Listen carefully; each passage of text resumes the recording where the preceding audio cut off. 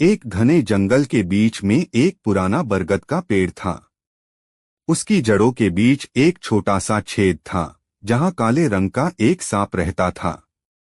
उसका नाम था नागराज। वह बहुत शांत और अकेला था। जंगल के दूसरे जीव उससे डरते थे, इसलिए कोई उसके पास नहीं आता था। नागराज को यह अकेलापन अब बुरा भी लगने लगा था। एक बारिश के दिन एक छोटा सा मेंढक, जिसका नाम था टिट्टू, भागते भागते उसी बरगद के नीचे आ पहुंचा। वह पूरी तरह भीगा हुआ था और ठंड से कांप रहा था। छेद में घुसते ही उसकी नजर नागराज पर पड़ी। टिट्टू डर के मारे जम गया। नागराज ने धीरे से कहा, डरो मत, मैं तुम्हें नहीं खाऊंगा। आजकल मुझे भूख भी बहुत कम लगती है।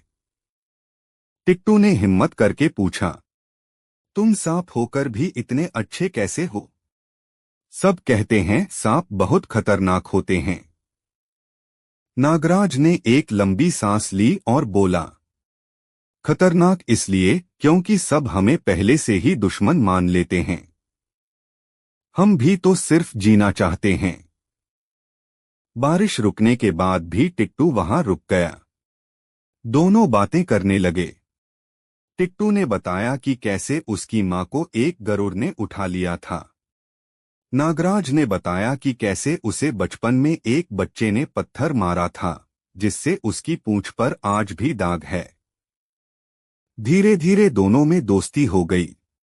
टिट्टू रोज आता, नागराज के लिए कीड़े मकोड़े लाता और नागराज उसे जंगल की कहानियां सुनाता।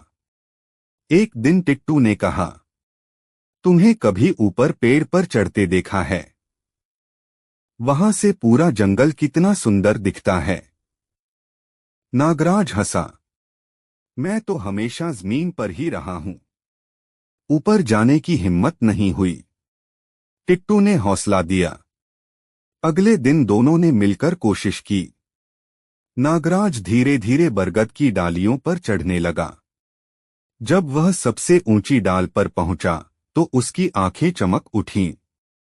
दूर तक हरी भरी वादियां, बहती नदी, उड़ते पक्षी, सब कुछ इतना खूबसूरत था कि उसका मन भर आया। उस दिन से नागराज बदल गया। वह अब छेद में नहीं छिपता था। वह जंगल में घूमता, दोस्तों से मिलता और कभी कभी टिट्टू के साथ ऊंचे पेड़ पर बैठकर सूरज ढलते देखता। एक बार जंगल में आग लग गई। सब जीव भाग रहे थे।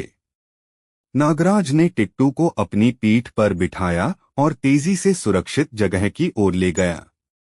रास्ते में कई छोटे जीव भी उसके साथ आ गए। उस दिन जंगल ने पहली बार देखा कि सांप सिर्फ डर नहीं, दोस्ती और बहादुरी भी हो सकता है। नागराज और टिट्टू की दोस्ती आज भी जंगल में मिसाल है।